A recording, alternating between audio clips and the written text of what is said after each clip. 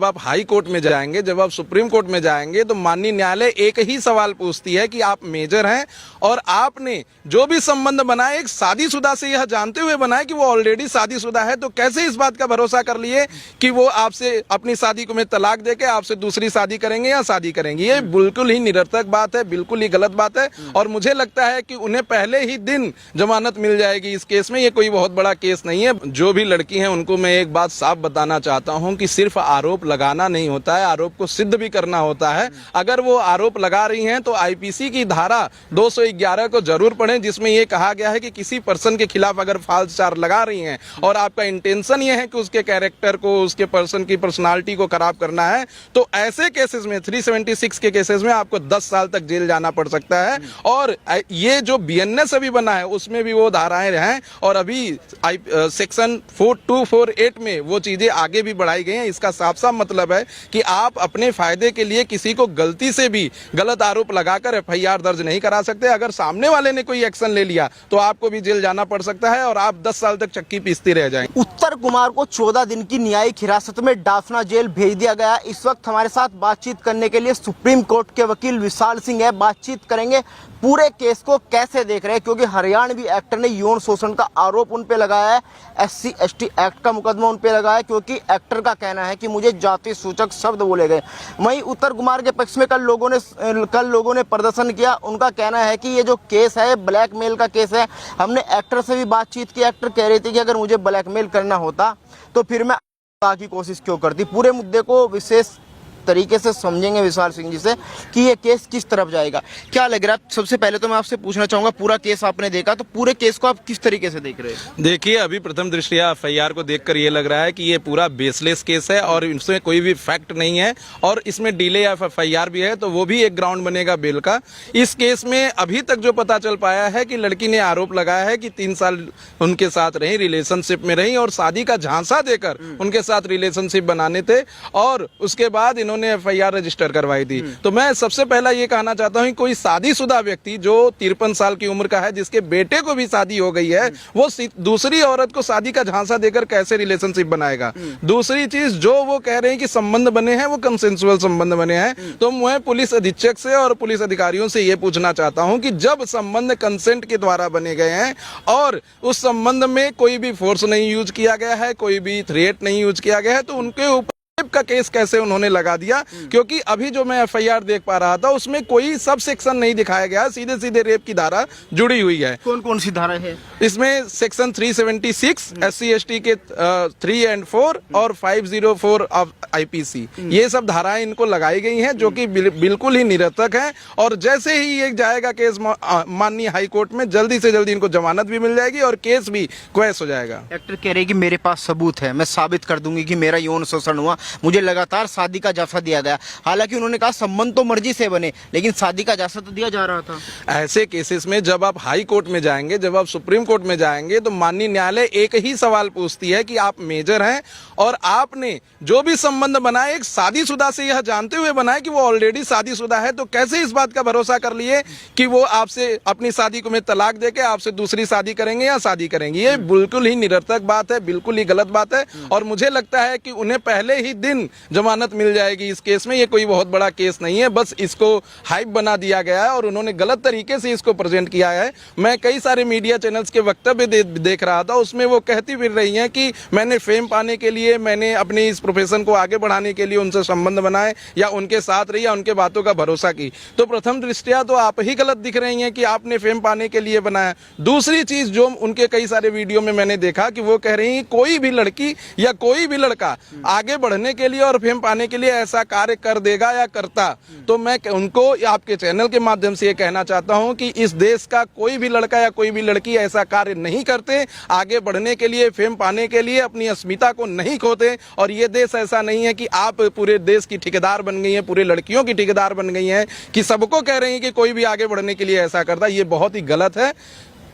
यानी आपने कहा कि जो यौन शोषण का आरोप लगा है वो पहली उसमें खारिज हो जाएगा मामला? जी, जिस हिसाब से उन्होंने बेसलेस फैक्ट को दिए हैं, एफआईआर में दिया है, उस हिसाब से पहले ही दिन खारिज हो जाएगा, क्योंकि जो SC ST के भी सेक्शन लगे हैं उसमें माननीय उच्चतम न्यायालय ने बिल्कुल साफ कह दिया है कि अगर दो कमरे के बीच, अगर दो व्यक्तियों के बीच कोई बात हुई है तो उसमें SC ST एक्ट नहीं लगेगा जब तक कि तीसरा कोई व्यक्ति उसमें नहीं सुनता है।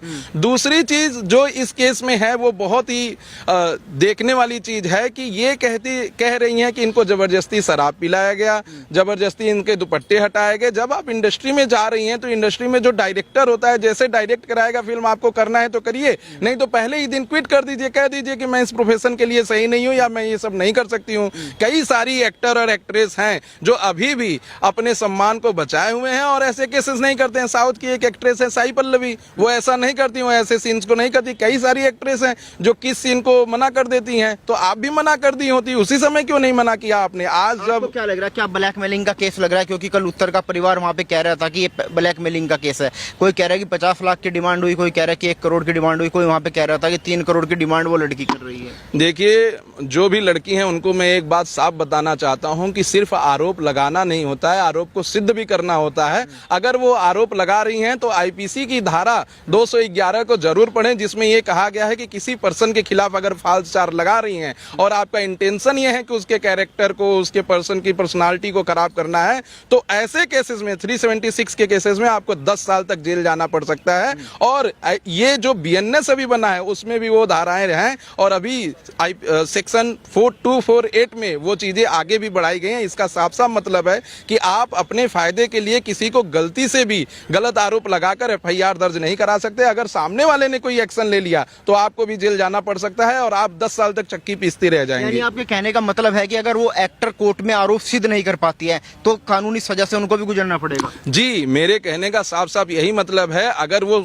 प्रूव नहीं कर पाएंगी और एक्टर जो इनके ऊपर अभी एलिगेशन लगे हुए हैं, जो अभी इस केस में एक्यूज्ड हैं, उन्होंने कोई कानूनी कार्रवाई कर दी, कोई एक्शन ले लिया और अपने वकील के माध्यम से IPC के सेक्शन 211 में इनके खिलाफ कोई एप्लीकेशन डलवा दिया, तो इनको भी सेम कॉन्सिक्वेंसेस से गुजरना होगा। जेल भी जाना पड़ेगा, जुडिशियल कस्टडी भी होगी और फिर जमानत लेंगी, फिर ट्रायल इनको प्रूव करना पड़ेगा कि इनके खिलाफ ऐसा केस किया गया है, तो वो भी जेल जा सकती है या भारत का कोई भी अन्य व्यक्ति जेल जा सकता है जो किसी के ऊपर फाल्स एलिगेशन लगाएगा या फाल्स चार्जेस लगाएगा। लेकिन सर एक सवाल इस केस में ये भी उठा कि जैसे 2 महीने के बाद लगभग वो FIR हुई, उसका एक्टर का कहना है कि मैं 2 महीने तक इधर उधर घूमते रही, मेरी FIR नहीं, उसके बाद जांच भी हुई, उसके बाद ये केस ट्रांसफर दोबारा किया गया, जिसके बाद ये गिरफ्तारी हुई। सवाल ये भी बनता है कि पहले अगर जहाँ तक मुझे पता है अगर ऐसे आरोप लगते हैं तो पहले गिरफ्तारी होती है फिर जाँच होती है। देखिए, इसमें अब कानून बहुत ही साफ हो चुका है। जब भी 2 मेजर जिनकी उम्र 18 साल से ऊपर है वो आपस में कंसेंट देने के बाद कोई संबंध बनाते हैं तो उसमें तुरंत गिरफ्तारी नहीं होती। पहले दोनों के स्टेटमेंट रिकॉर्ड किए जाते हैं और स्टेटमेंट रिकॉर्ड करने के बाद अगर कोई चीज ऐसी पाई जाती है कि इसके साथ फोर्सफुल एक्टिविटी की गई है या बिना कंसेंट के रिलेशनशिप बनाया गया है या ऐसा कोई झांसा दिया गया है जिससे लड़की सोची कि अरे ये तो शादीशुदा नहीं है या शादी, ये एक्टर जो है पब्लिक फेस है और पूरा सबको पता था कि इनकी शादी हो गई है, इनके बच्चे भी थे, तो ये लड़की ये कह ही नहीं सकती कि हमको ये नहीं पता था कि इनकी शादी नहीं हुई है और इनके शादी के झांसे में मैं आ गई। नहीं, वो तो कह रही कि शादी की तो मुझको पता था, लेकिन उन्होंने कहा था कि मैं हाँ, तो कानून इसमें बहुत ही क्लियर है। अगर आप किसी शादीशुदा मर्द से संबंध बनाती हैं ये कह के कि आगे चलकर वो मुझसे अपने डाइवोर्स को देकर शादी करेगा, तो इसमें कोई नहीं है। ये इनका पिटीशन जल्दी ही क्वैश हो जाएगा और माननीय हाई कोर्ट इसे जल्द से जल्द रद्द कर देगा। क्या लगता है गिरफ्तारी दबाव में हुई, क्योंकि जब एक्टर की कार्रवाई नहीं हो रही थी तो वो लखनऊ गई होगी जी के वहाँ पे, उसके बाद उसने वहाँ पे का प्रयास किया, जिसके जहाँ तक दूसरे या तीसरे दिन बाद गिरफ्तारी। देखिए, जैसा कि मैं FIR से पढ़ के प्राप्त कर पा रहा था कि इन्होंने जो एलिगेशन लगाया है वो ये कहा कि 2020 से 2023 के बीच इनके साथ ऐसे संबंध बनाए गए। 2023 से ये गायब थी और कहीं ना कहीं उनको अप्रोच कर रही थी कि हमको फिल्मों में ले लीजिए, हमको पिक्चर दे दीजिए, हमको गाना दे दीजिए, और जब नहीं दिया गया तो 2025 के जुलाई 18 को इन्होंने जाके FIR किया, जो कि 1.5 साल का डिले है FIR लॉन्च कराने में, जो कि इन्होंने किया है। माननीय न्यायालय ने एक बात बहुत ही क्लियर कर दी है कि अब 1 दिन का भी डिले मान्य होगा और ये देखा जाएगा कि क्यों डिले हुआ है और कहीं FIR लॉन्च कराने के पीछे इनकी ये मंशा तो नहीं है कि उनसे पैसे ऐंठे जाए या उनका रेपुटेशन खराब किया जाए। तो अब ऐसा नहीं है, अब 1.5 साल का डिले बहुत मान्य करता है और ऐसा कुछ भी नहीं है कि इन्होंने प्रयास किया तो दबाव बन गया। 18 जुलाई 2025 को ये केस रद्द हुआ था।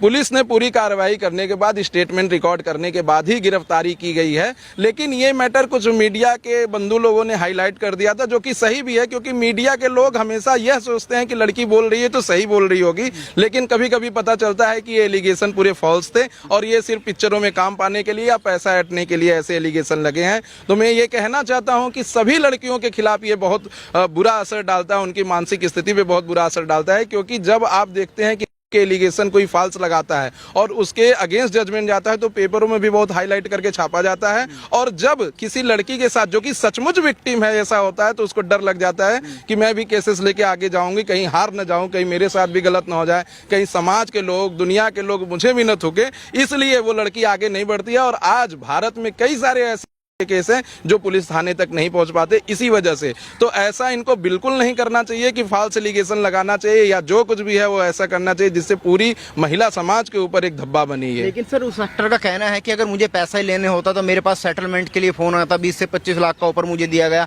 लेकिन मुझे पैसा नहीं चाहिए था, मुझे इंसाफ चाहिए था। देखिए, उनको यह बात शायद नहीं पता है कि उनका मीडिया में भी दिया गया हर बात कहीं न कहीं सामने वाले के वकील कोर्ट में प्रस्तुत करेंगे। और अगर वो कह रही हैं कि 25 लाख या 50 लाख का सेटलमेंट का केस आया था, तो हो सकता है कि सामने वाले के वकील कोर्ट में जाके एक प्रिजर्व करने के लिए, डॉक्यूमेंट प्रिजर्व करने के लिए एविडेंस लगा दे कि इसको हमें चाहिए। और जब ऐसा नहीं प्रूव कर पाएंगी कि ऐसा फोन आया था तो उनका केस और भी कमजोर बन जाएगा। तो प्रूव कर पाती है, चैट दिखा पाती है, अगर प्रूव करेंगी, चैट दिखाएंगी, तो उस व्यक्ति से भी पूछा जाएगा, उसका क्रॉस एग्जामिनेशन हो जाए, एग्जामिनेशन इन चीफ होगा, उसको पूरा तथ्य करने के बाद तब होगा। लेकिन अगर नहीं होता है तो इनका केस बहुत कमजोर बन जाएगा और उसी समय रद्द हो जाएगा। क्या लग रहा है बेल के लिए अभी अर्जी लगेगी 14 दिन के अंदर, आपको लग रहा है बेल मिल पाएगी?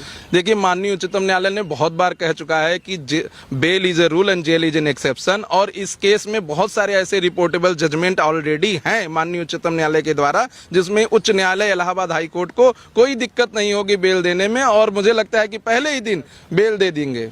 तो चलिए, धन्यवाद वकील साहब बातचीत करने के लिए। तो ये थे हमारे साथ विशाल सिंह जी, जिन्होंने उत्तर कुमार के पूरे केस में हमें समझाया।